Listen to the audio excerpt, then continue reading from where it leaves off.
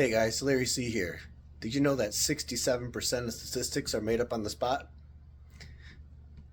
Wait, there it is. Come on now, dog.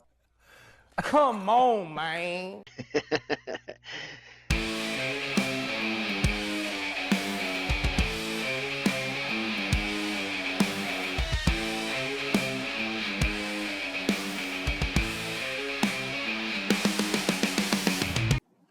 Hey guys, Larry C here.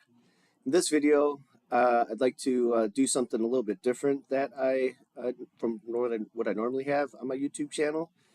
And I'm thinking about calling this series Build a Statistics Course with Me. And what I'm basically going to do throughout the series is, and that's if all goes well, of course, is I'm just going to show you guys how I build my guided notes, which are things that I use to implement the learning in my courses, in-person courses. And these are things that I normally project onto a document camera, and both students and I just kind of like fill it out together. And one of the reasons why I like to do it is because it opens up some more time and space for us to dig deeper into examples and have discussions. Maybe I play some games with them, or show them some short clips, whether they're TikToks or YouTube shorts or whatever. So it gives me a little more breathing room, I guess I could say, is the reason why I do the guided notes. And quite honestly, in my experience, students either prefer the guided notes or they at least don't mind it. So I'll show you how I do it. And I've been doing this for a number of years now, at least 15 years. Been teaching for about 22, 23 years. And yeah, it's definitely my favorite thing to do, is teach. So you'll kind of get to see the inner workings of Mr. C's thought process when he's putting together a lesson plan for his class. So without further ado, let's dive right into it. All right, so first thing I'm going to do is I'm going to open up a blank Word document. Let's see if I can get this panel to be a little smaller. I think we'll be all right.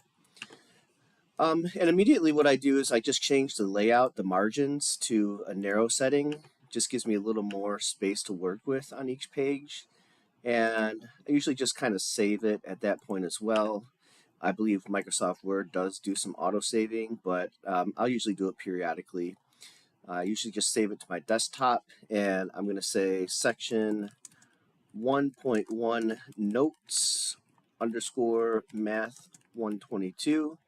And I'm going to say VER, and this is going to be for the fall of the 2026 semester. All right, so just a simple basic title there. And next thing that I do is I insert a header. So just go to Insert. I'm using Microsoft Word here, just a reminder. I go to the header, and this is the one that I like to use right here. I'm a fan of threes, so that's why I use this. And in this first text box, I'm just going to put Math 122, which is elementary statistics at the school that I teach at. And in the middle, I put the chapter, so chapter 1. And then over to the right, I just put the section number. So this is going to be section 1. And I'm not really a huge fan of this font. So I'll show you the font that I like to use in my courses. I'm going to go back to the home. And I'm going to highlight all this stuff right here. I'll make it a little bit smaller, and I'll bold it, and I'll also underline it. And the font that I typically like to use is Cambria, so I just type that in right here. And there's our header. It's all set and good to go. Now after that, I create a little title. I'm just going to kind of space down a little bit, and I'm going to make this a little bit bigger, usually font 16 or 18. And I'm going to put chapter 1. Chapter 1. Let's see what the title of that chapter is. All right. Nothing too unexpected here. Introduction to Statistics. All right, I'm going to change that to Cambria as well. Sometimes I do use Tahoma, and we'll see if that's necessary in this video. But I'll bold this. This right here is a little bit too much of a gap in my opinion, so I usually go to the font size and change it to 2, and I like the spacing a lot better. And underneath here, I'm going to put the section name. So section 1.1, I'll say. And this is statistical and critical thinking. All right. Actually, you know what? I think I'm going to get rid of this part right here. And I'll just leave it like so. Yeah, I like this better. All right. So I'm going to change my font size to 12 now. And I'm going to unbold this. I might turn it back to bold depending on how we start this section out. But I'm basing this series on the textbook that I'll be using in my course this upcoming fall semester, which is Elementary Statistics by Mario F. Triola. I'm not endorsed by Mario or Pearson, which that's the publisher company for this. But I figured it'd be on the safe side to mention what I'm referencing. And by the way, this is all fair use. I'm using this for educational and commentary purposes. All right. And we're looking at the 14th edition. And I think this is kind of a pretty cool cover, in my opinion. I really like the coloring and I like the layout. All right, but that's neither here nor there. I'm going to go to section 1 of this book. And currently I'm in my Stat Lab, which is a product offered by Pearson. I'll click on the Chapter 1, Introduction to Statistics. You'll probably hear me fumble that word quite a bit throughout this video, so I apologize in advance. Section 1.1 right here. Move me out of the way.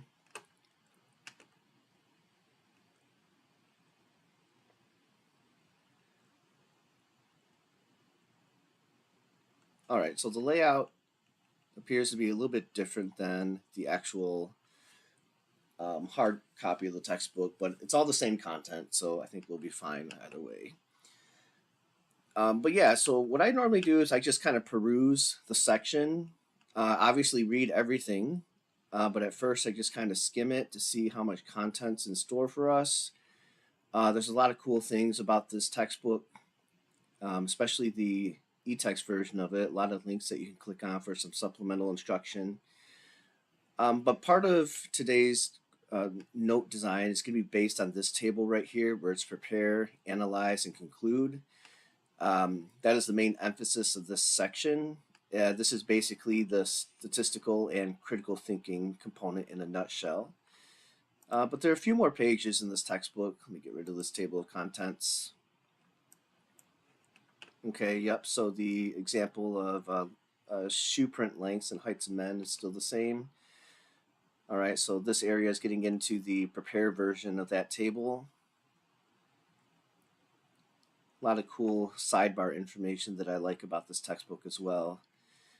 This is really helpful, the source of the data.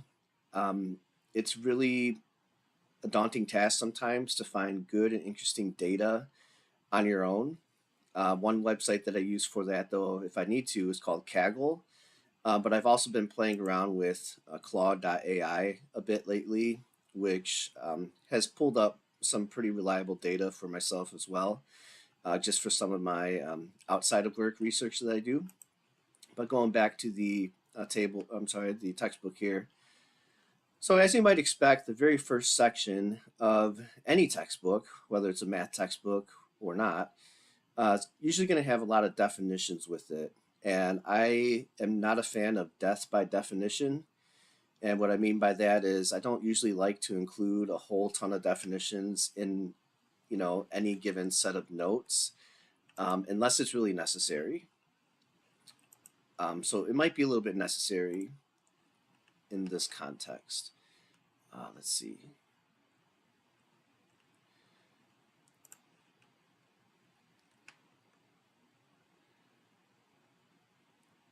Okay. Yeah, I think this is the end of the section. Let me just go one more page over.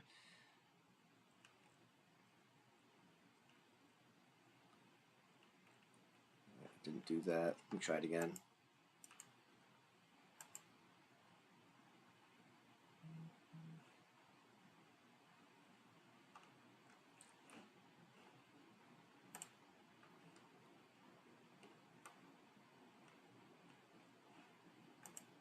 I think this is the problem sets here.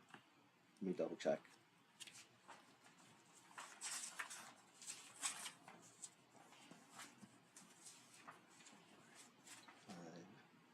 Yes, okay, all right. So yeah, these are basically the problems at the end of the section, which never a bad idea to look through those as well. You can kind of work your way backwards, all right? So, just kind of look at the problem sets, figure out which problems best align to your course's objectives or competencies, which you want your students to learn in a section like this, and sort of build kind of like a target and arrow sort of method where your problem sets, whether you choose to use all or just a certain subset of them. I usually just use a subset. Your problem sets should cover the course competencies and, um, if possible, make them interesting, because with a course like this, it might be hard to do because there's a lot of just verbiage and wordage, and sometimes these things don't really open themselves up to pictures. All right, and a lot of students are visual learners. I'm included, but it's that's not to say that everything has to be visual. But I would recommend if you can include some sort of visual. It doesn't have to be anything super stellar. It could just be something like a flip chart, or even a Kahoot, in some cases graphs, in lots of cases graphs if you can. But things to just kind of keep them engaged and interested in the material. um, that way they're retaining more and having a good experience, and ultimately learning more. So um, what you want to include to convey whatever you're teaching is totally up to you. I'll kind of give you some ideas of what I like to do. Even in this section I can show you that, and we'll move on to including things in our notes that help us to reach completing these problems with success. All right. So let me go back to the Word document. And before I do that, though, let me go back to the first page.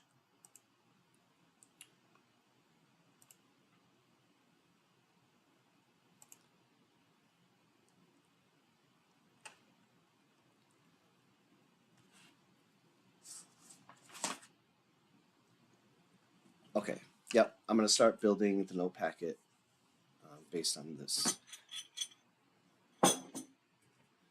opening paragraph. Just kind of move some things around here.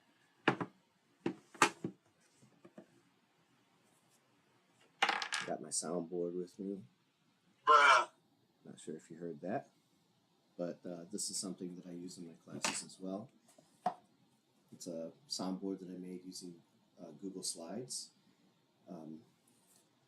And if you're interested in, the process of making these, or if you'd like me to share it with you, just shoot me a message in the chat or the comment section below the video, and I'll be happy to share out my resources. All right, so it says here in this section we begin with a few very basic definitions, and I'll let you know they are quite basic. That's okay. They'll get complicated in no time. So we consider an overview of the process involved in conducting a statistical study. The process consists of prepare, analyze, and conclude. So this is like that table that I was showing you a little bit ago. Then says preparation involves consideration of the context, the source of the data, and the sampling method. And in future chapters, we construct suitable graphs, so on and so forth. It says here, statistical thinking involves critical thinking and the ability to make sense of the results. And what I think I'll do for this section of notes is open up with a question.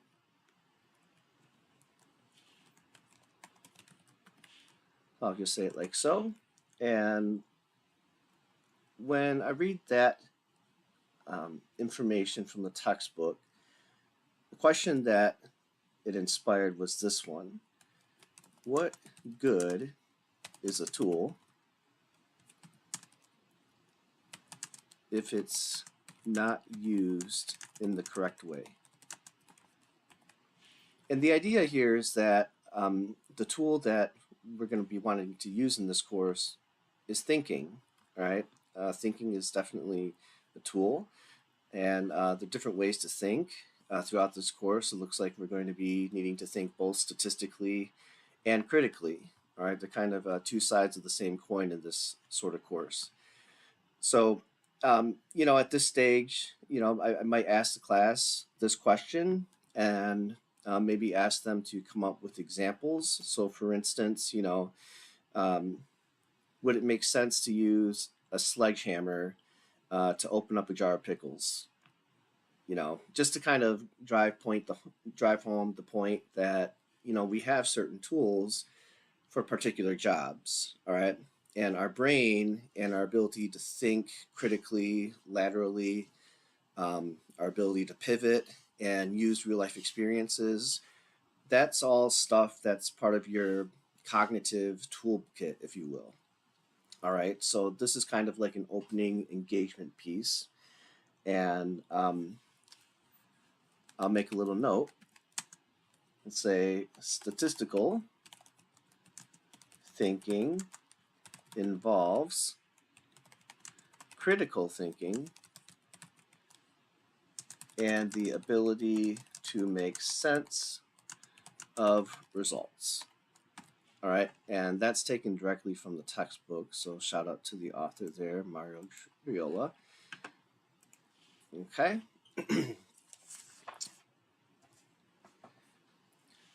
So now is probably a good area, a good time in the notes to segue things. I could say something like, in order to um, correctly think in a statistical, and I'm making this up on the spot, and critical way, especially in this course, we need to understand some very basic definitions.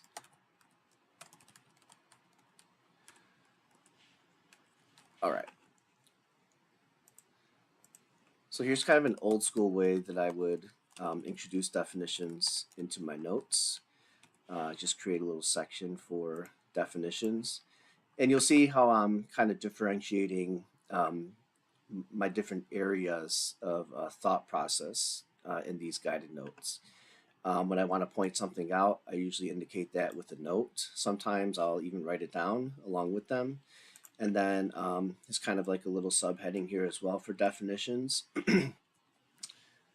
And I'll just kind of enter down. And I think I'll use bullet points for these. And I'm going to go back to the textbook and I'll see if maybe we can kind of copy and paste these in there. If not, then type them in on our own. So I just highlighted that, press Control C, and I'm going to press Control V. Oops. Let's see, copy. Okay. All right, it worked. Now I'm just going to make sure that this is in the format of the font that I've been using. So I'm just going to highlight this little section right here. I'm going to click the paintbrush and I just highlight all of this, and it appears to have copy and pasted it in the correct font anyway. So there we go. All right, so right here you have the option to just leave that as data, or what you can do is delete that and maybe start it out this way: collections of observations such as measurements, gender, or survey responses, a single data value. Okay, all right, so this is extra right here, which I'll just kind of put another bullet point for. Collections of observations such as measurements, genders, or survey responses. So maybe what I'll do is just put like a blank space right here where we would just write out the word data. Enter down, bullet point left. And then we can do the same thing for statistics. I'm going to go ahead and highlight that, copy, paste. maybe do the same thing. Maybe rephrase this as the science of planning studies and experiments, obtaining data and organizing, summarizing, presenting, analyzing, and interpreting those data, and then drawing conclusions based on them. All right, so let's go ahead and see about our blank space. And quite honestly, these definitions are quite wordy. I usually like to give a little bit of space between these as well. Not that big, so I'm just going to do my font size 2 trick, and I like that much better. And for something like this, if you want to give your students a little more space to write things down in, you can go ahead and highlight 2 consecutive lines and go up to this option in Word. And I usually do either like 1.15 as the spacing or 1.5, depending on how much space you have. I'm actually just going to use the 1.15. That tends to work out quite fine for us in class. And you continue doing this with the rest of the definitions. So if you want to go ahead and fast forward to the next section of this video, go for it. Or you can hang around while I do this.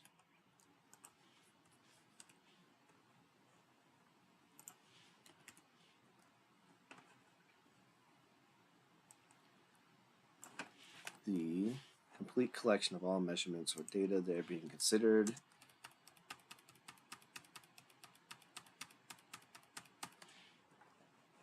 Now, how many underscores you do is purely up to you. Data is a relatively small word, so you don't need a large bar there. But statistics is a little bit larger, so maybe do like 15 to 20 underscores. And what I'm hitting to make each one of these is I'm holding the shift key down and then pressing the minus sign that's directly to the right of the button 0 on the keyboard. And it just kind of connects it all together in a smooth way. Shout out to Microsoft Word for being able to do that. I'm going to add a little bit more space between these definitions. Okay, so the next one is a census. All right, we all know what that is. Lord have mercy, those things take forever to fill out.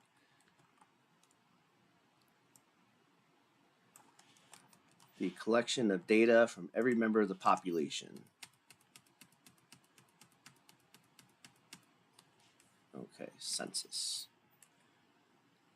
All right, last one.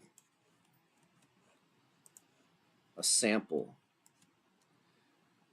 All right, do that little good old trickaroo here. A sub-collection of members selected from a population.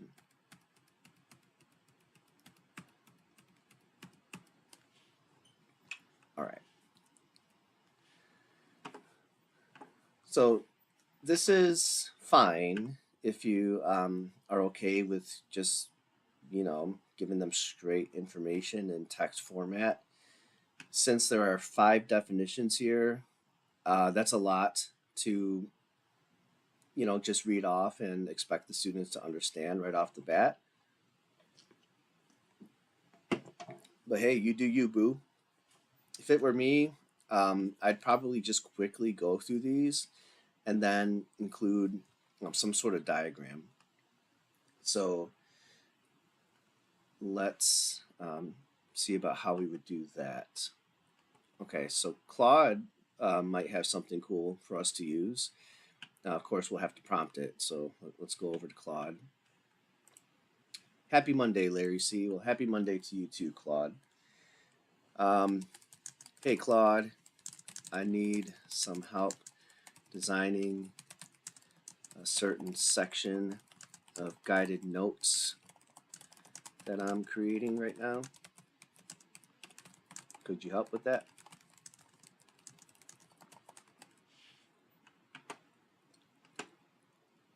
All right, of course, I'd be happy to help you design a section of your guided notes. What section are you working on? What would you like help with?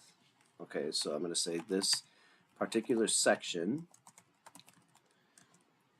is based on section 1 from chapter 1 of the Mario Triola. What was that called again? Just elementary statistics. Yeah, elementary statistics.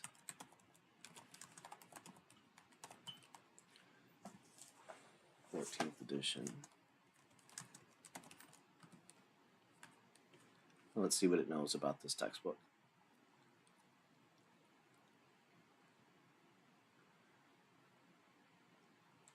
Okay, so it says it knows the textbook, so that's good. So that means there's a library for it, for this large language model, what statistics is and why it matters, key definitions. Okay, so the key definitions part. Okay, so I'm going to say I'd like some sort of creative visual that ties in the following definitions. And I'm not sure, does this count as vibe coding? Probably not. Okay, so data, statistics, population, census, and sample. Let's see what it does.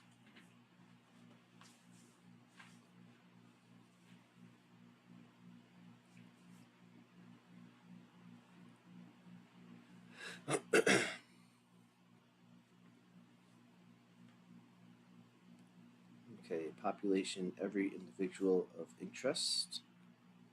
Sample, I really like that. It's a nice visual.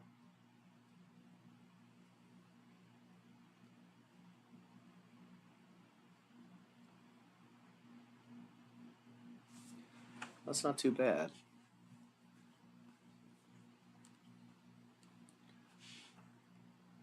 Okay, it says here the population blue is the full group of individuals you're interested in studying. Represented here is a field of dots.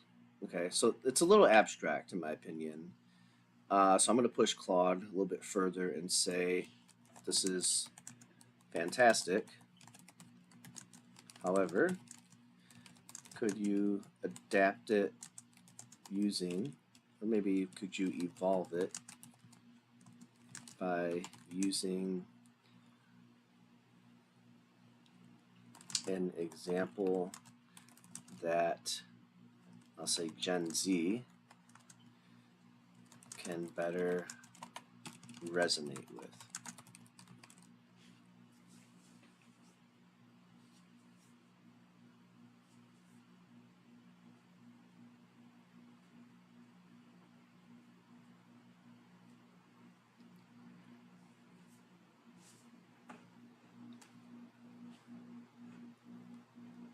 Okay, so this is cool. Spotify.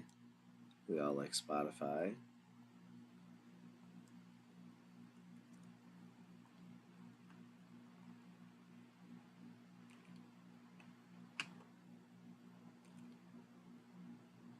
Okay, so here's how each term maps to the Spotify scenario. Population, every Gen Z Spotify user, all those purple dots. Way too many people to contact individually, that's correct. A census attempts that, though. If you somehow surveyed every single one of them, theoretically complete but wildly impractical. Yeah, that because it takes a lot of time and money to do that. Time, energy, and money. And attention. All right, protect the meat. Shout out to Coach. Sample the 1,000 users you are actually surveyed. All right, the raw stream counts. Raw stream counts you collected from that sample.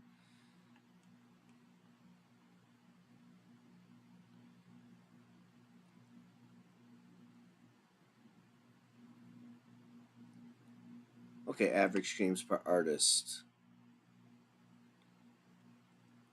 Okay. So what I'm doing right now is I'm vetting this diagram to make sure that everything is cohesive and consistent. All right, the scenario I went with, a researcher wants to know which Spotify artist Gen Z streams the most.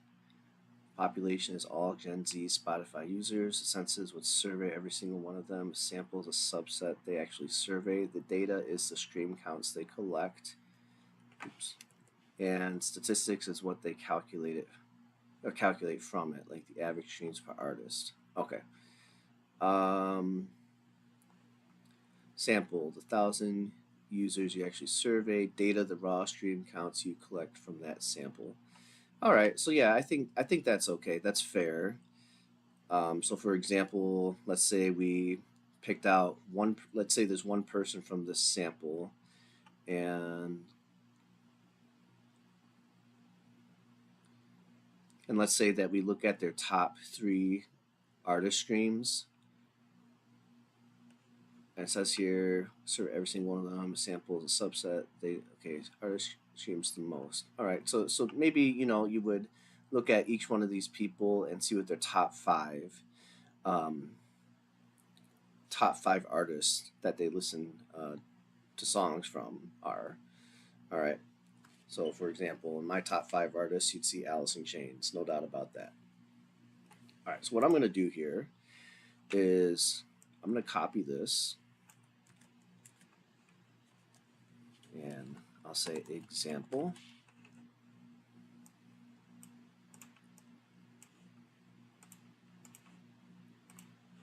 All right.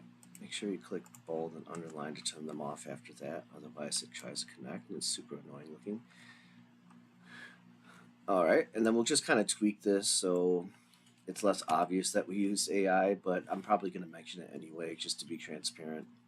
Say a researcher wants to know which Spotify artist Gen Z streams the most. The population is all Gen Z Spotify users. A census would survey every single one of them. A sample is a subset. All right. So that's kind of stating what's in this diagram here.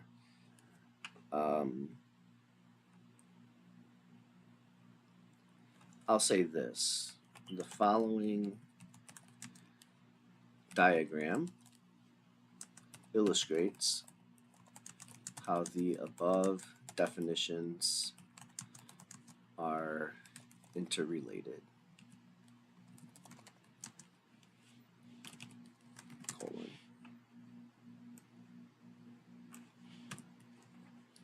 Okay. So I have a screen clipping tool called Snagit, which I'm actually using Snagit right now to record this video. So I'm not sure that I can also. Take a screenshot using it. So what I'm going to do is I'm going to print screen, and I will cut this out.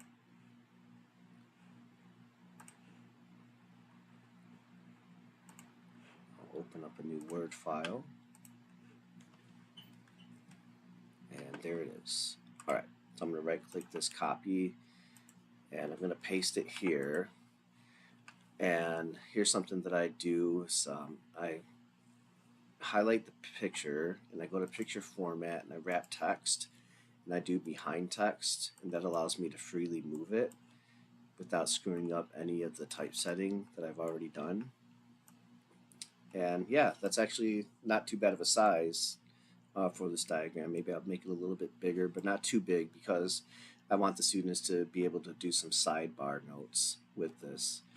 I'm going to go to this button and hit align center. That way it's center of the page. And I'm going to go to corrections, not the corrections officer, by the way, thankfully. And I'm going to sharpen this. And yeah, okay. So this will make the printing quality a little better, especially if you're printing in black and white. So that's how I would personally introduce the definitions.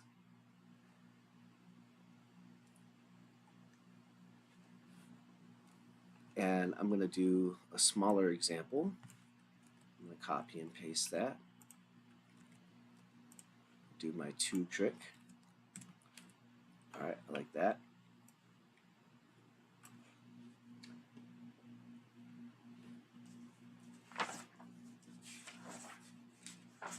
So this upcoming example is going to be designed to help nail down the difference between the population and the sample, which is super important in the statistics course. And this is taken from the textbook. Let's see. Okay.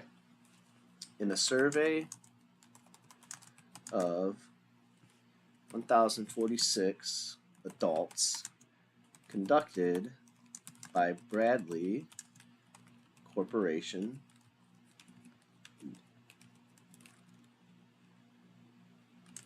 subjects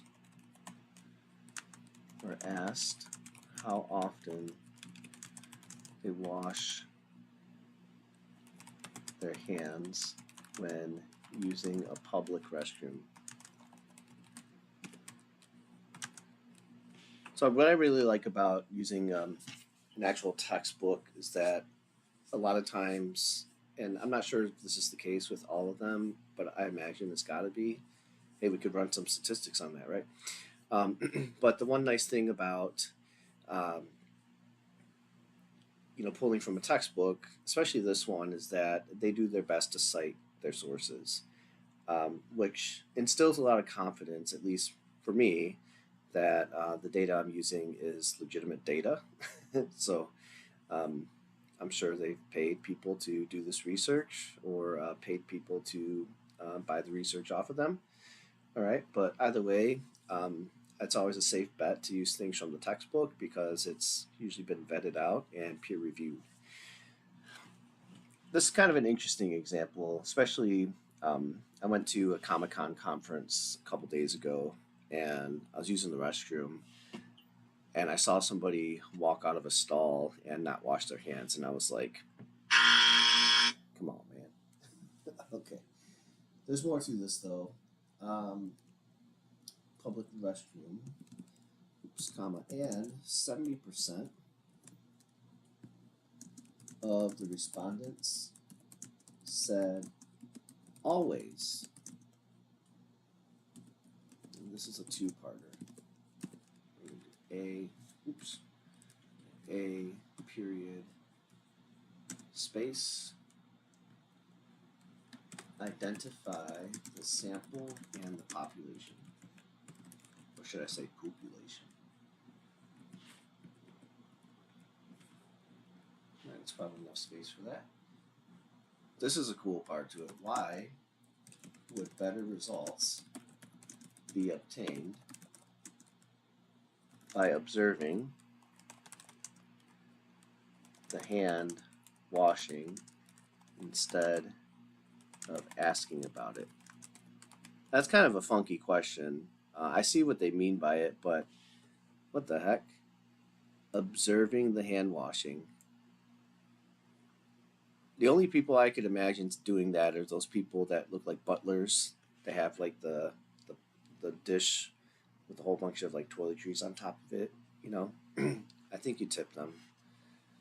Um, but yeah, all right. I'm gonna leave that as the hand washing because it kind of keeps the context at at the forefront. All right, so now we're gonna move on to a different section of section one, and it's probably a good opportunity for a segue.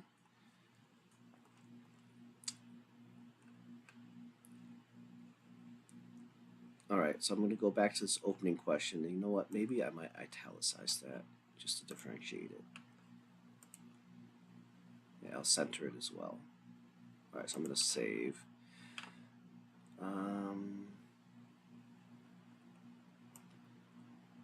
Maybe I'll bold. Oops. Maybe I'll bold that.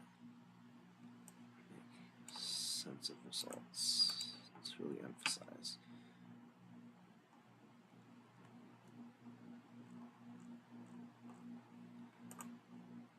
All right, I'll say in this course,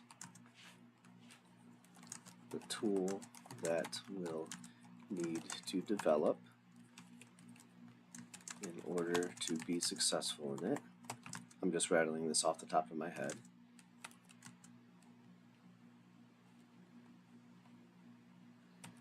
Is thinking, semicolon, specifically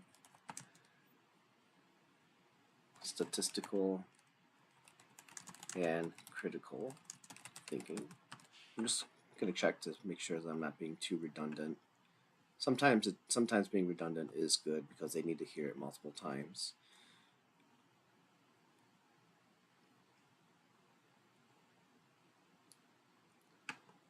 Okay.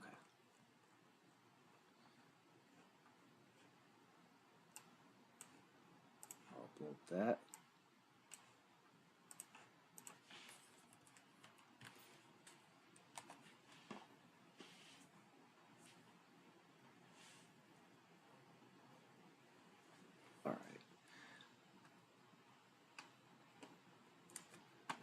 I'm going to go back to the textbook.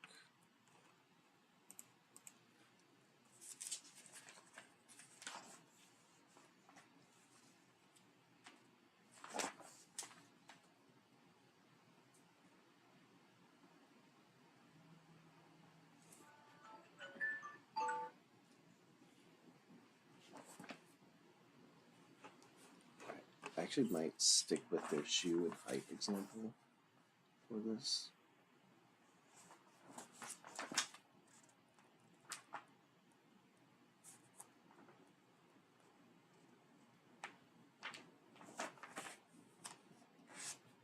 Yeah, do that.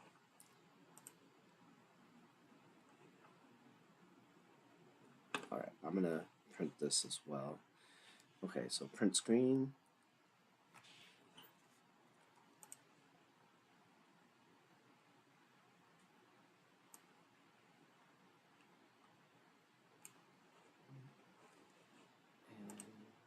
Back to the second document. We don't need this anymore, so I'll delete it. This is kind of like a palette Word document, is what I like to think of it as. Okay, so shoe print lengths and heights of men, everything's in centimeters. So very benign sort of data set here, but we can bring it to life with some questions. To wrap text behind text, I'm going to shrink it down a little bit.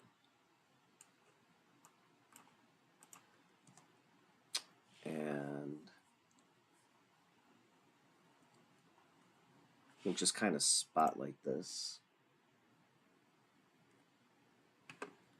for that table.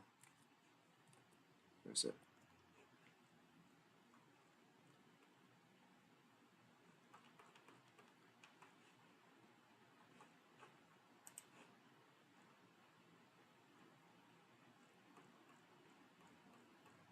This flowchart right here. All right, so I'm going to use that data set to kind of teach this flowchart. Okay. All right, let me just do the contrast on this.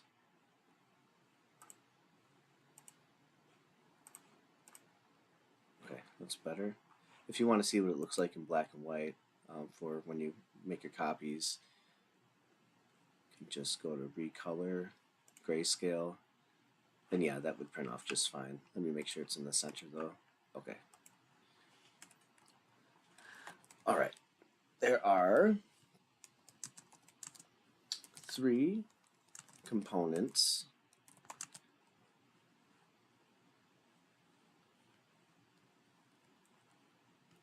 that make up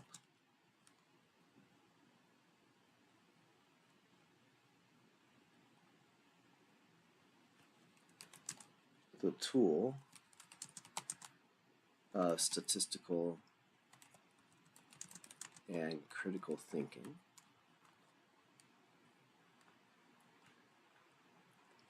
You know, I'm thinking this could be converted to an acronym. SCT, Statistical Critical Thinking. I might roll with that next time, when I revise these notes. And you know what? I'm going to put a border around that. Let's see, picture border, do black, and I usually go with a thicker border. That way it prints fine. Okay. So what I did for that is went to picture border, went to weight, and then I usually use 1 or 1.5. All right, 1.5 is good for when you're making memes. It's a little obnoxious though for notes, as I found out. So I usually go with 1, unless otherwise stated. All right, there are 3 components that make up the tool statistical and critical thinking.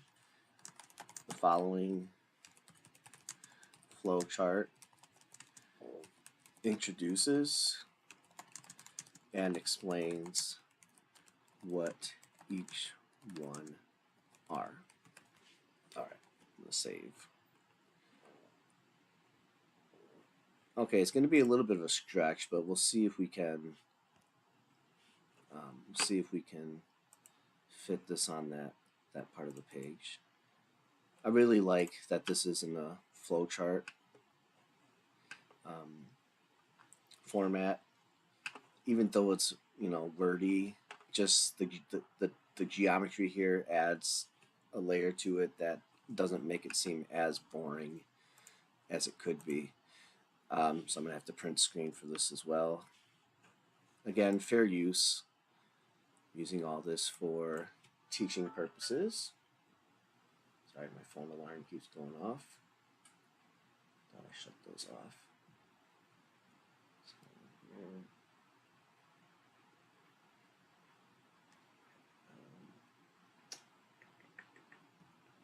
Yeah.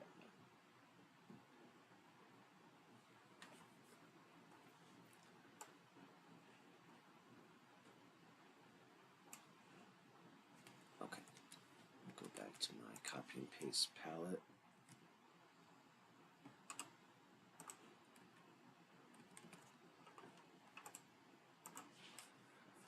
Okay, there are three components that make up the tools to statistical and critical thinking. The following flowchart introduces and explains each one of them. There. Maybe Word will like that better. Alright, so we'll downsize this as best as we can.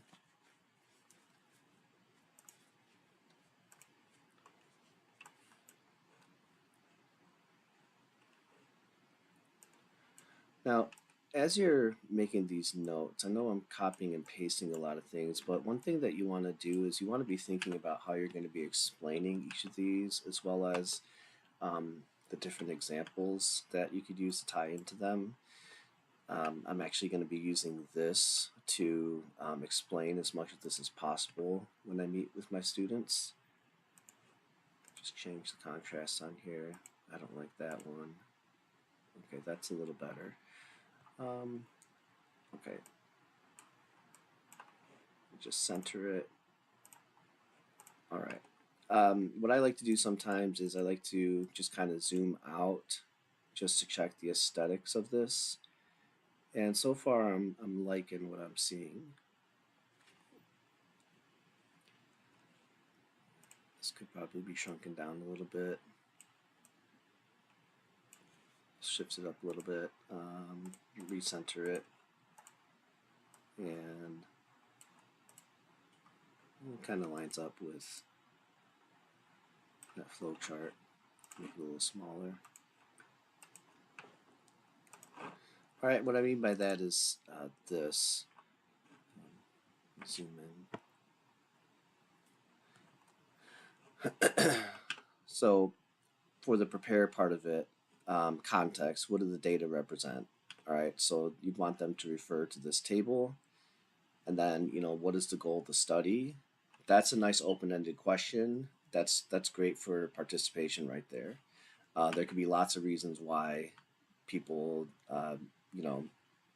put together this bivariate data.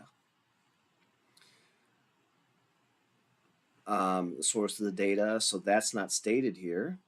So that could be a good talking point as well.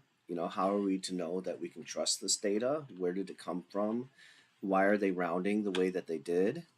Is that important? So lots of good questions, which that's what you want going on in a statistics course, right? Because people give us statistics all the time, and especially with today's current day and age, you gotta scrutinize it every now and then. And by that I mean you gotta scrutinize it all the time. So yeah, that's some pretty good discussion. Let's see.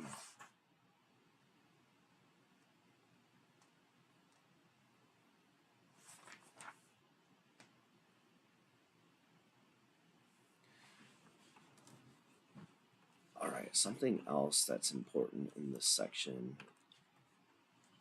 is voluntary response samples. All right, so let me go to the textbook.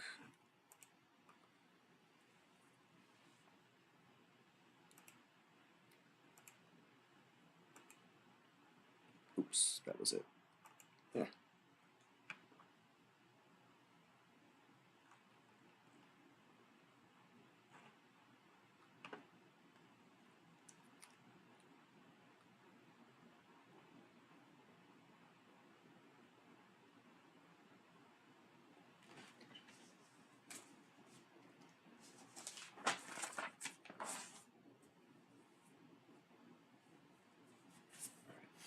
I'm going to subtitle this.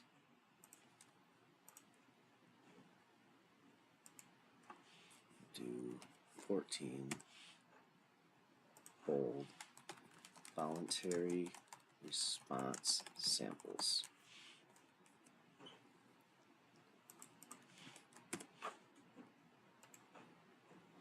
All right. Sometimes what I like to do to emphasize a point is put in a text box.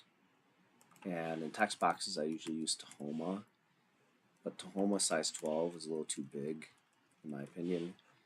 So I'll usually use size 10 for that. And we'll see how it looks regular size, and then we'll see how it looks bolded. But here's what I'd like to type out. It is very important. Okay, so easy language there.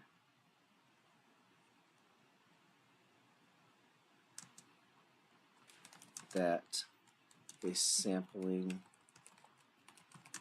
technique is sound. It's very important. Sound so that we can obtain good and reliable results. Exclamation point. Right, depending on how long the length of the sentence is or how many sentences you have, you can make this a one-liner text box, or you can make it more of a thicker rectangle. But whenever I can, I like to just do it as a one-line box, just to save on space. I'm going to center this, and let's see what it looks like bolded.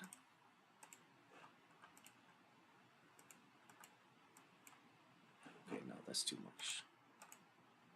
That's too extra. All right.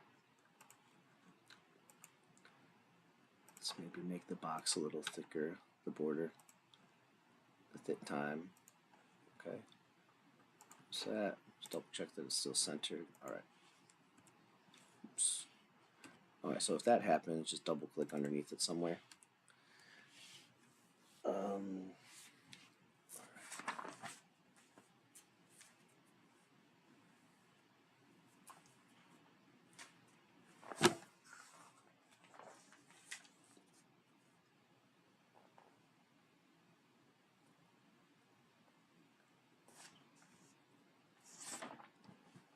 So I'm going to bring real life into this one.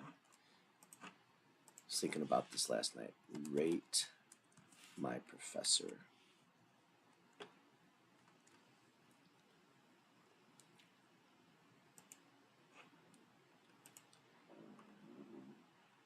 All right.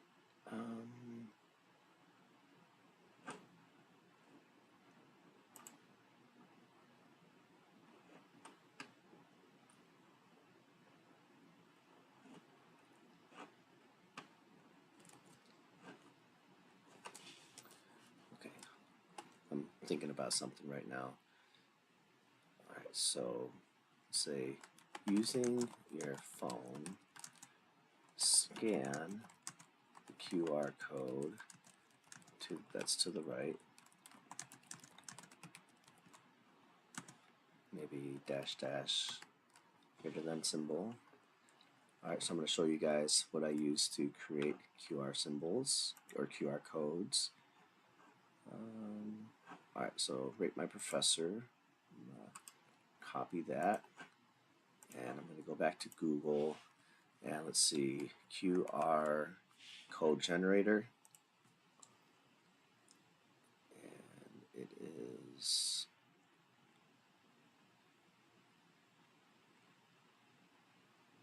this is the one I like to use, I think. Nope. Wrong one.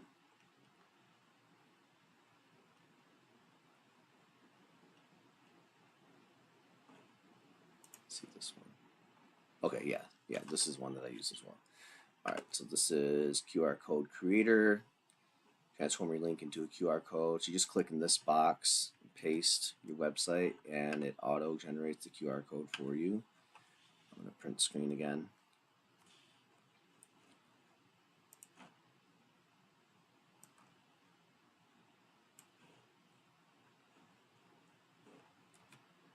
Go to my pasting palette.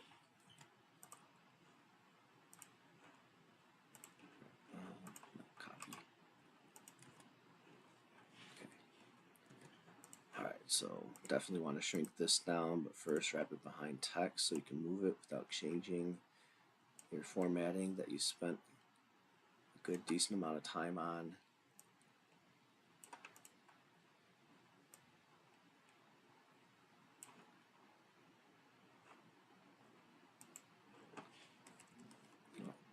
Maybe I'll call this an example. But you know what? How about this? Exploration.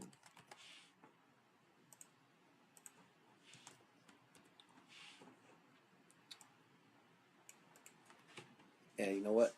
I'm not going to tell them what this QR code takes them to. So for all they know, they could be rickrolled. There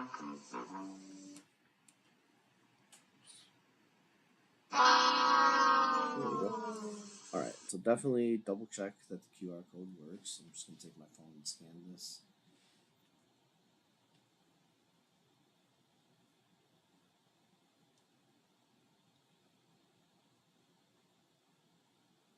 Okay, so good thing I did that.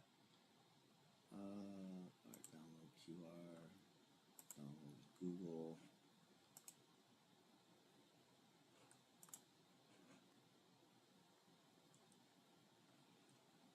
PNG, that's fine, download. Okay, let's see if this one works. Oops.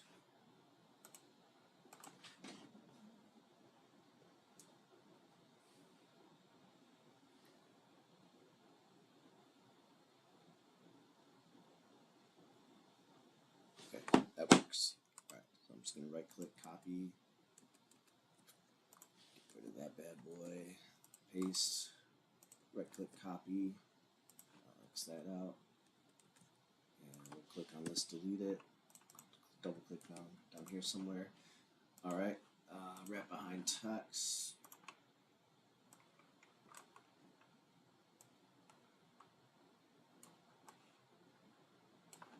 Okay, this is a fairly decent size QR code. I wouldn't really make it much bigger than that. Here I'm just kind of playing around with the aesthetics. I think that's fine. Okay, if you want to really see for sure, like how big this looks compared to everything else, alright, I'd say that's fine. Definitely something that students should be able to scan with their phone. I'm just going to quadruple check this, that it works. It still works. Alright, great.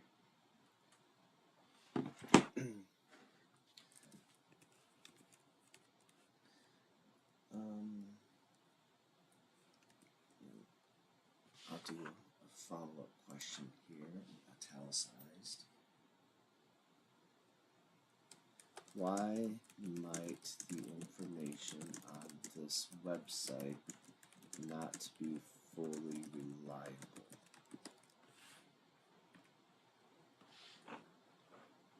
And of course, the reason why that might be is because it's completely a voluntary response sample, which is going to be our next definition. Voluntary response sample means that people that feel compelled to actually go online and do a rate my professor rating are so moved to do so. Alright? And so what we typically find is that people that post are people that had either a really good experience with the professor or they didn't. So it's kind of bimodal, which means that there are two dominating frequencies, in which case, one frequency is a bad rating, the other frequency is a good rating. Okay. All right, so I'll put it this way. A voluntary response sample,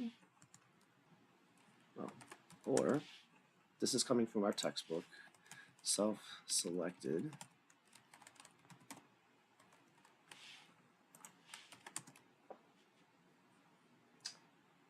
is one in which the respondents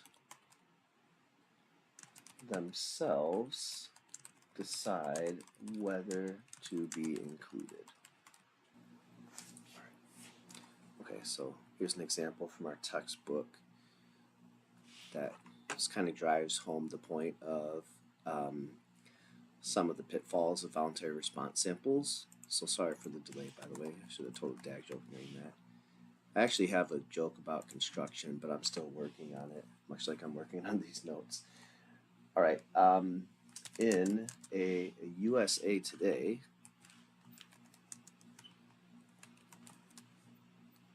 the brother of USA Yesterday and sister of USA Tomorrow, in a USA Today online poll, 951 internet users chose to respond. Oops, am I still recording? Okay, yes, chose to respond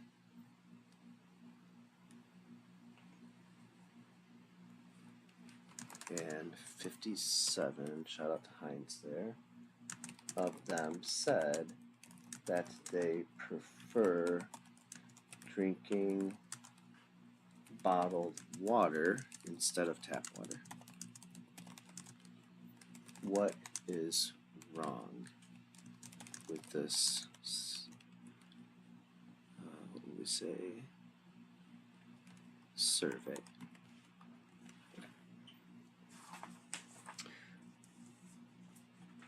All right, so I'm actually going to pause the video there. I have to go pick up my daughter from school, but I'll be back in a little bit to finish up the rest of this section of notes. There's not much more to go, so thank you for sticking in with me so far, and I'll be back in a flash. And we're back. Thank you for that. Okay, so we're almost finished with writing this section of guided notes out. Hopefully you found everything helpful. If you did, be sure to subscribe and hit the like button, ring the bell for notifications and all that jazz. Okay, so I'm going to create another subsection here on another very important concept in this course.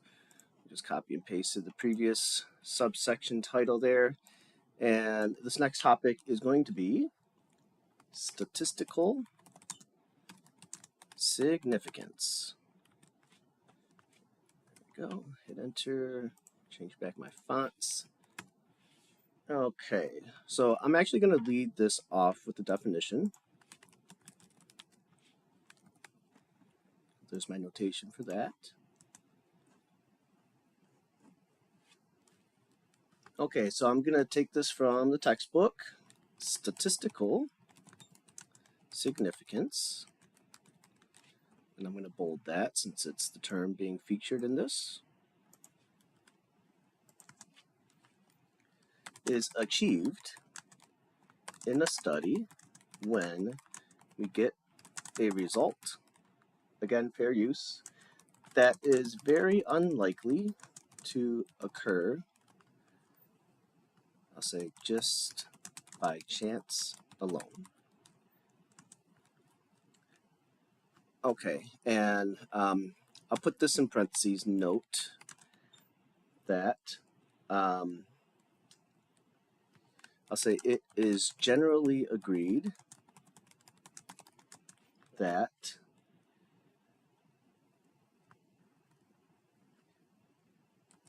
if an event has a likelihood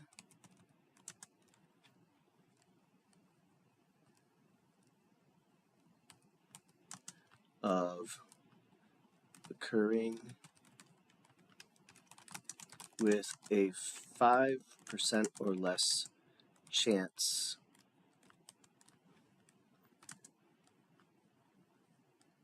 okay, no, it is generally agreed that if an event has a likelihood of occurring with a 5% lesser, that it is statistically significant. All right, so let me just double check for grammar.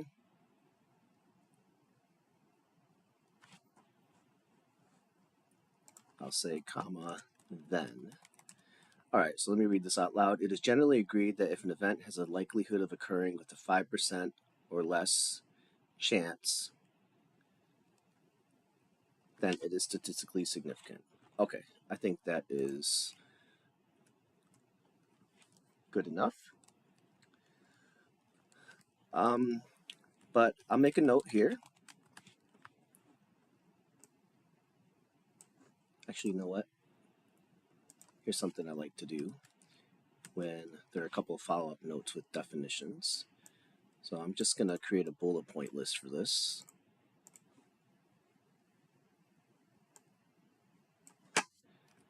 And I'll come down and yeah, I'll just do the first bullet point. I'll say we have statistical significance if the likelihood of an event occurring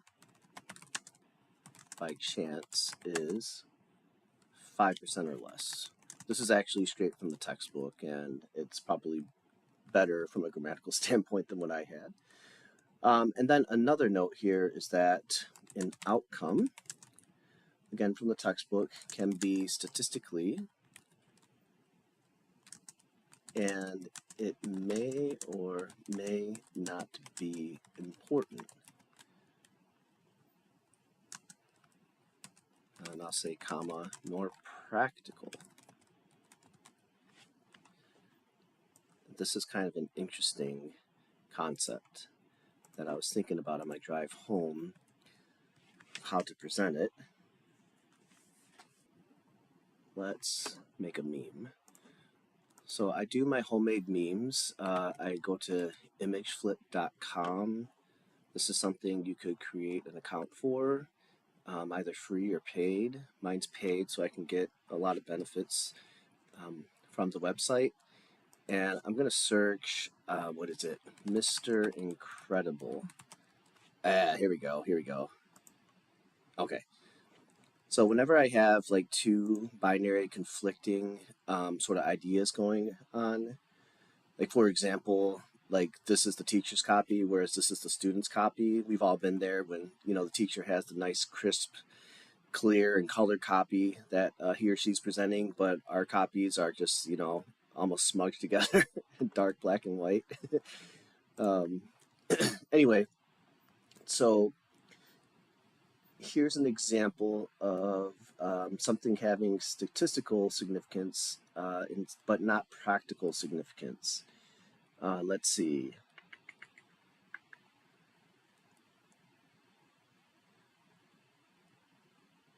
Okay, let's say diet plan results in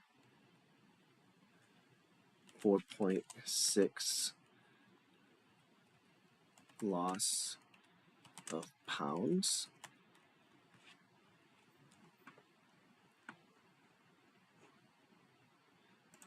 How about this? A drop in 4.6 pounds. Okay.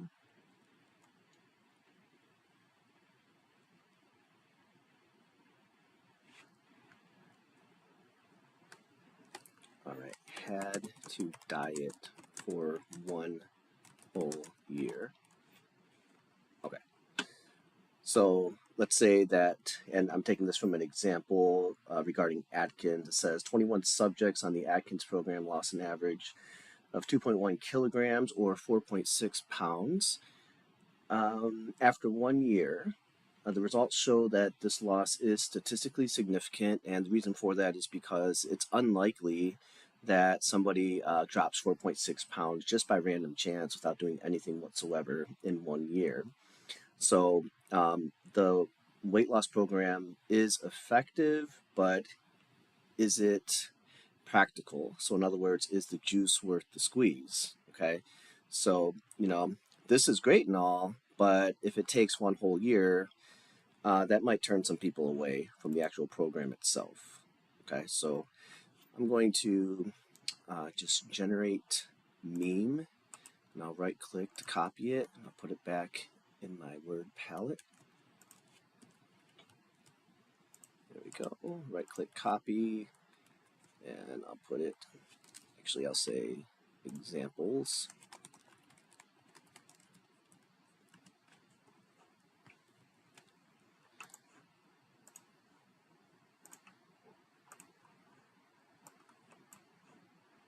Let's see if maybe I can squeeze this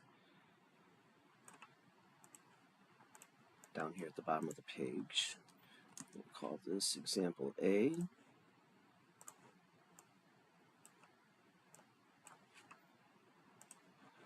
And I'll put a border around that just so it's a little easier on the eyes. Let's see. Oh, picture border, right. I'll use 1.5 since it's a meme. I'll save. And I'll put a little area to fill out the idea here. Okay, so I'll say blank significant, but not blank.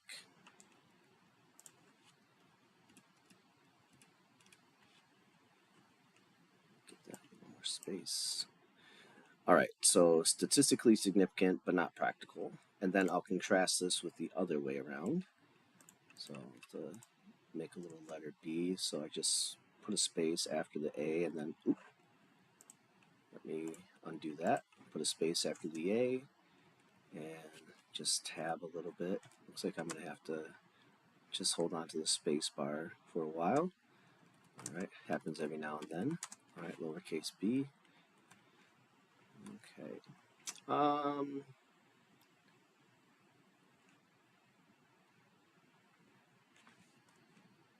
So I'm going to edit this and the other way around. All right, so here's something I was thinking about on the drive home as well. Okay, so this could be a little controversial, but we'll say looks maxes by getting shredded at the gym. Gets one extra date in the calendar year. All right. So, my thinking is that, all right, it's actually not a bad idea to focus on your health. And one way that you could do that is to build some muscle, go to the gym. And, not only do you feel better about the way you look in general, but also, brings some health benefits as well. All right. Maybe a better blood pressure reading or a different glycemic index, also build routine. So this is a very practical thing to do for some people. If they're doing it in hopes to, let's say, go on more dates, it seems like it would be a plausible thing to do. But maybe there's a person that looks maxes and only gets one extra date in the calendar year compared to the previous one. Well, the first situation is practical, definitely from a health standpoint, but getting an extra date in the calendar year might not be statistically significant, especially if they're going on a decent amount of dates already. So you're getting some practical benefit, but statistically, maybe this isn't having as big of an impact as you hoped it would. All right, so that's kind of my thinking there. Let me know what you guys think in the comments below. Let me generate this meme. Copy and paste it here. Okay, this is going to be a little tricky to do, but same process as usual. Just hide it behind or move it behind text and shrink it down. Oops. We'll try to keep it the same size for consistency reasons, and we got to put a border around it.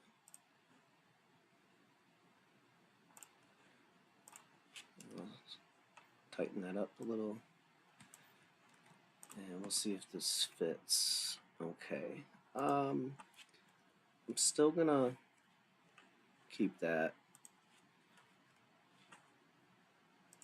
but instead of writing out the actual word statistically and practical, maybe you can just write out the letters S and P.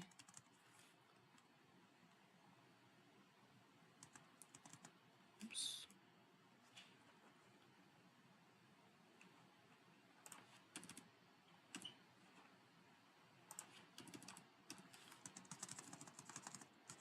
And I'll do my 2 trick. No, it's not gonna work.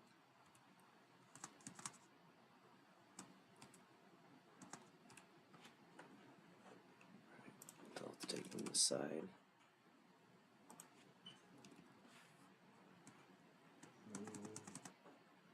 Scooch this up just a little bit more so it's not too crowded. Let's definitely save that. Alright, I think I'm happy with that. Just move me over here. Just want to make sure everything's still looking pretty aesthetic and flowy.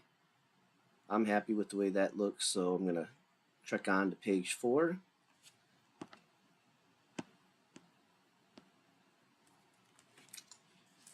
And we'll see if we can grab another one of these examples just in case. Okay, it says here statistical significance and practical significance, and determine whether the results appear to have statistical significance, and also determine whether the results appear to have practical significance. Okay, let's do another example.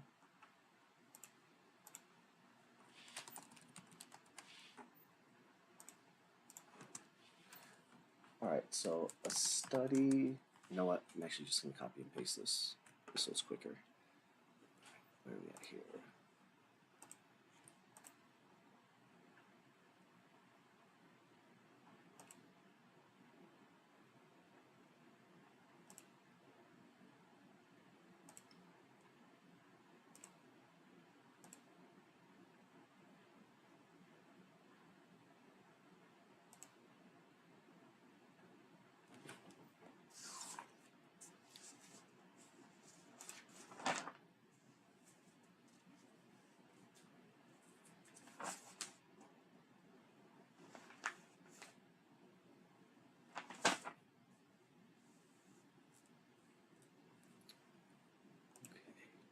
So you can fast forward to this part. My apologies about the silence here.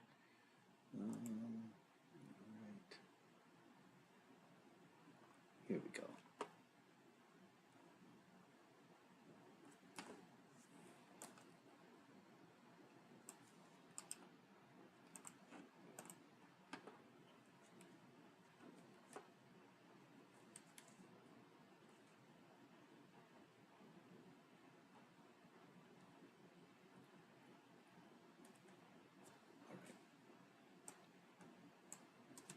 Oops. I like this one. It's more on the medical side. You usually have some folks that are majoring in some sort of medical field or medical adjacent. Let me just fix the formatting.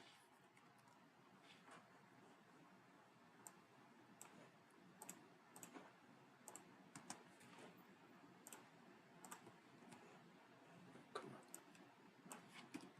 Did I copy that correctly? Copy. Alright.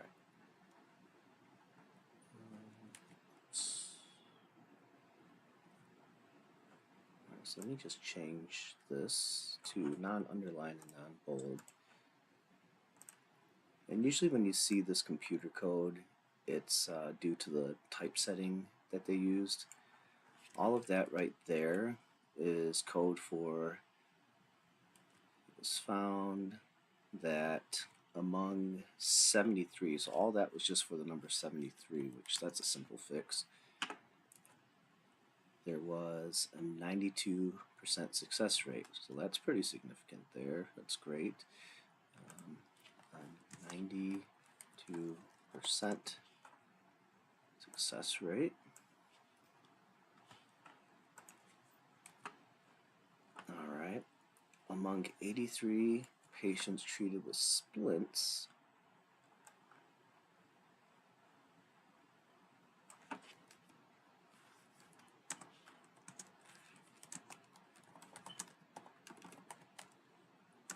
among 83 patients treated with splints, there was a 72% success rate.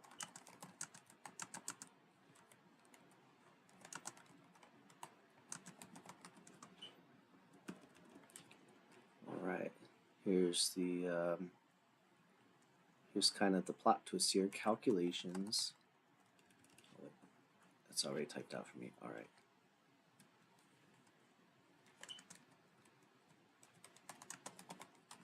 So 72% success rate. By the way, I'm holding Alt and pressing Tab at the same time to flip through the screens like this. Let me just make sure everything's there. Study compared. Okay, surgery and splinting for suffering carpal tunnel syndrome. All right.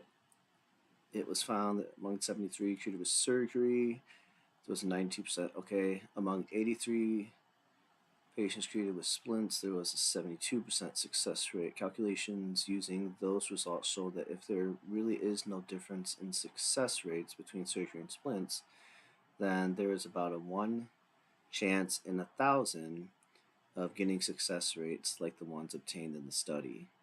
Okay, so that value is definitely less than 5%.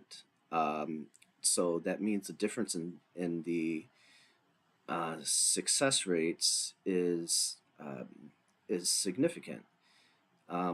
Those wouldn't happen by chance alone. So that's how we would basically answer that one. So I think that's a great teaching example right there, because there's a lot of nuance to it, which I think that's one benefit of being a professor and teacher, is that you can provide nuance. And I'm not so sure that AI is good at that, at least not yet. All right. So there's one last thing that I'm going to add here. I tried not to do the guided notes too long because for me, if you couldn't tell, I like to talk sometimes, which that's good because I have to do that in my job. But it takes me around 15 to 20 minutes per page when I do my guided notes, and I could easily see that being the case here. So I'm just trying to keep timing in mind when designing this as well. There is some good information that is remaining in this section. So, for example, it says here analyzing data, potential pitfalls. I think that would be a good subsection.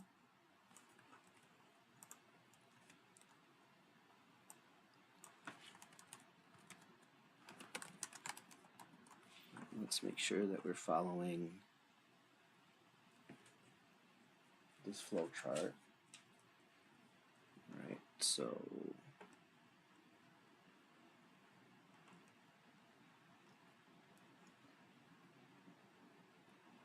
yep.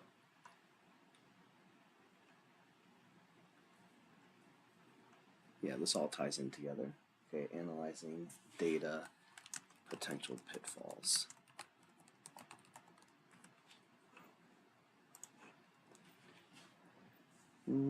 Okay, so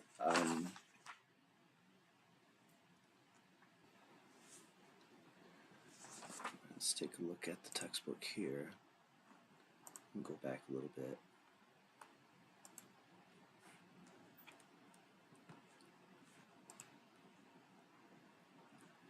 This is one of the trickier things in designing notes, is making it efficient.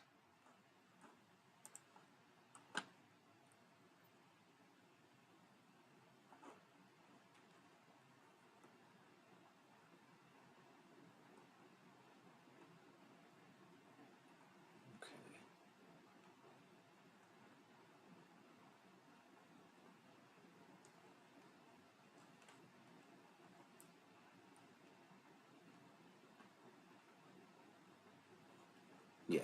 All right. All right. So analyzing data, potential pitfalls. And I'm going to call this deep ball knowledge. Good stuff to know with any data that you're analyzing. All right. Okay, so I'll kind of leave this off. There are some common pitfalls that you need to be aware of during this process of the statistical and critical thinking.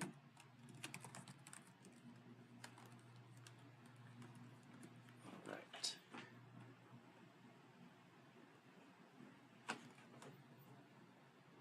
First one.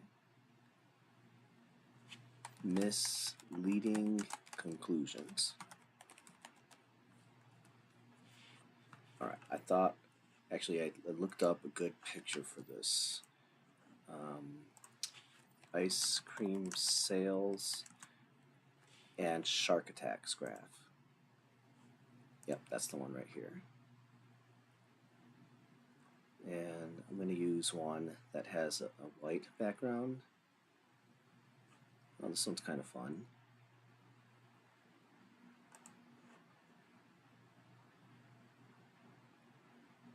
I'd like a vertical axis though. I have one with a vertical axis. There we go.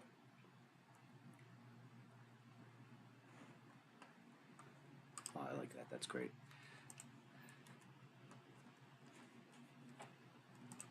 Okay, just would like it a little darkened up though.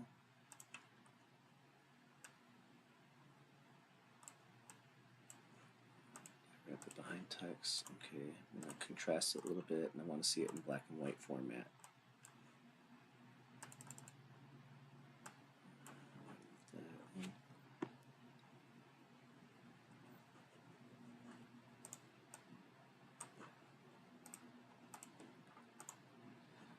Okay. This will be a discussion piece. I'm not going to include too much text here. However, this is one of the most important things in any stats course. And this is definitely some deep ball knowledge, something you're probably aware of for sure.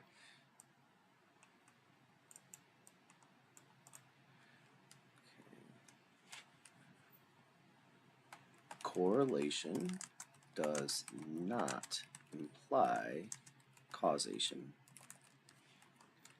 I'm definitely going to bold that one. Home of 10, yep.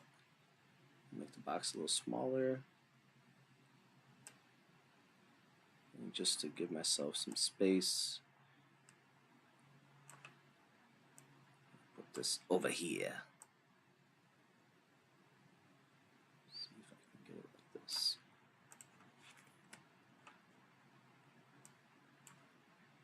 Alright, and I'm going to bunch it up together by using this, remove. There we go. Alright, so that definitely would be a good emphasis. Allows me to make that a little bit bigger. Okay, I like these little comic book panels, I call them, just to kind of jazz it up a little bit and make it a little more visually appealing. Alright, so the idea here is that it looks as though the ice cream sales and shark attacks occurrences are closely linked to each other because their graphs are almost identical. And we could say that they're correlated. All right, there's a connection between the numbers for each of them.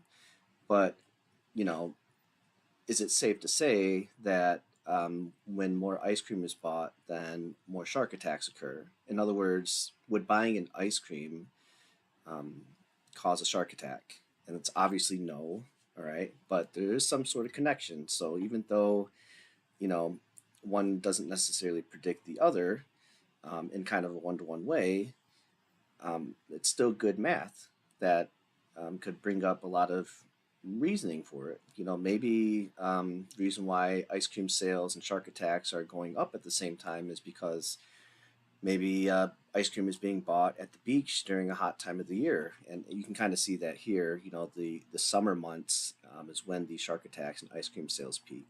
So we would call something like that a lurking variable, by the way. Okay.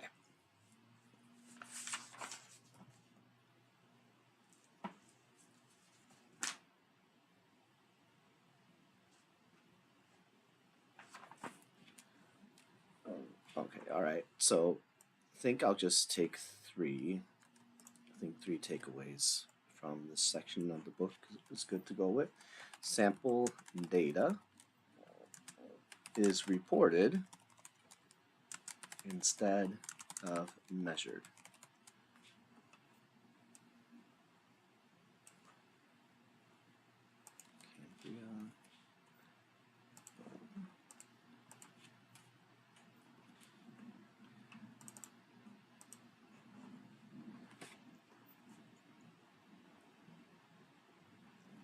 Here I'll do a verbal example.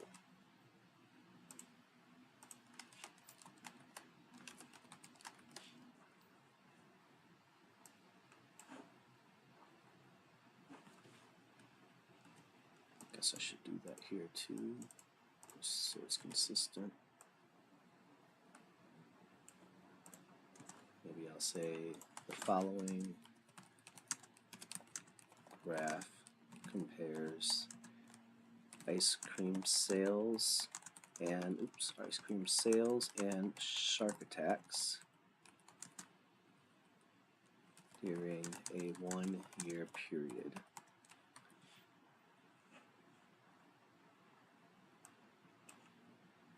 I'll say the amount of ice cream sales and shark attacks during a 1 year period. Yep, that's fine. Scooch this over. What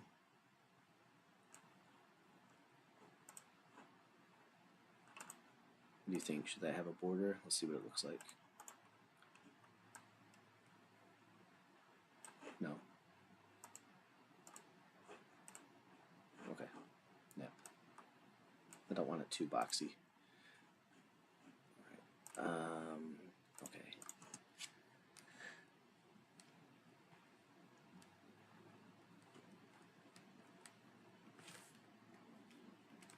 I'm going to intro this. It's a good point that the book makes. When collecting data from people, it is best to take measurements yourself instead of asking subjects to report results. If feasible, right? Sometimes you have no other choice but to just trust the honesty of others, and of course you have to exercise honesty as well. All right. Okay.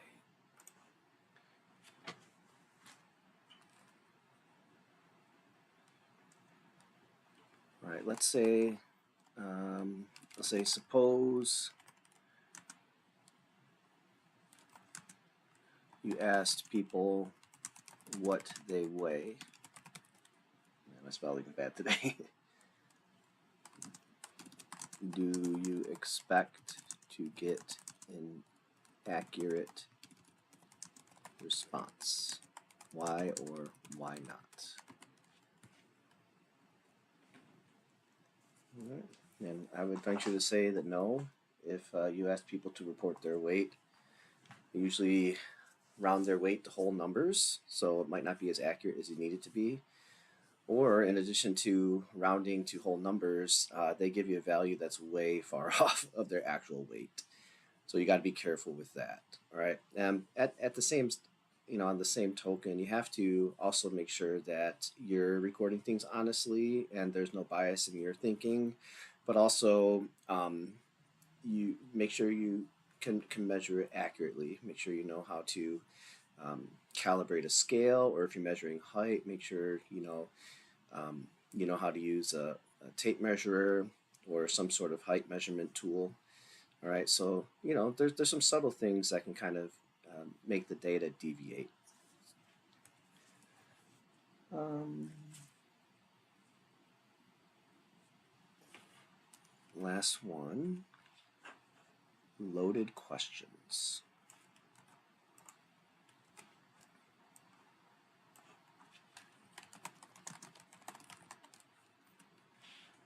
Okay. All right, the way questions are phrased might sway the survey respondent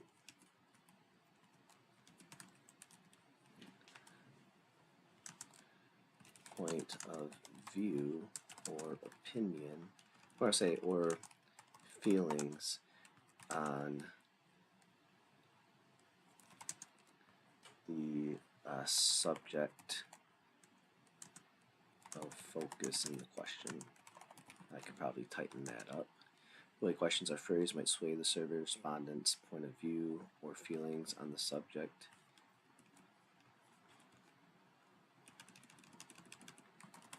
I'll just say on the matter. There we go.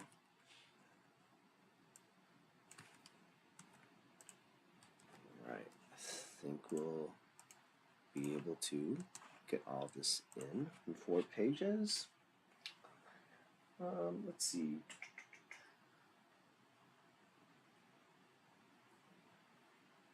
I'm going to go to ChatGPT for this just to see what it can offer. I have some examples of loaded questions here, but they're kind of bland, ho hum.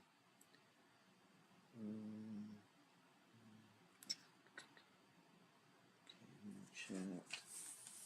Let me just double check that though. Say hello. Always be friendly to your AI. Can you create an example of a loaded question along with a rephrasing of it that isn't considered loaded? What's going on here? Why do you never help your classmates during group work? Okay. Oh yeah, that's black and white thinking right there. Okay, how often do you help your classmates during group work? That is definitely a better rephrasing of that.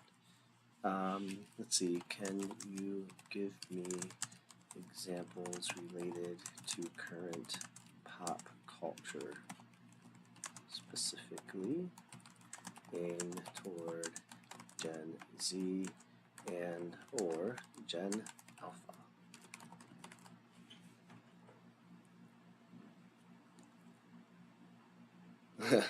Why are you so addicted to TikTok? That's a winner right there. I'm going with that. Lord have mercy.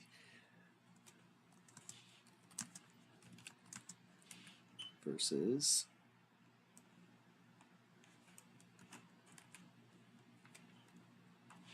how much time do you usually spend on TikTok? Let me make this, try to make it a little smaller. Hopefully that's going to be readable. I just want to give myself some more space here.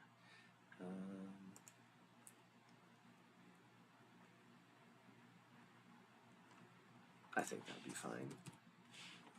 Tweak it if need be. Yeah, that's a proper amount of spacing for that.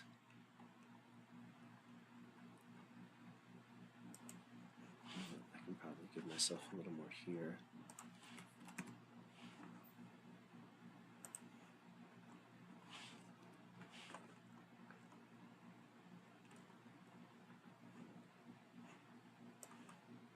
Just give this a little more space.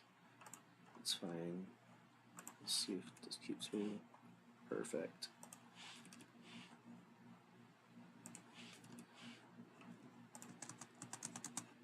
All right, this just about wraps it up for this section of guided notes. I hope you found all of this helpful. Of course, if you have any questions, let me know.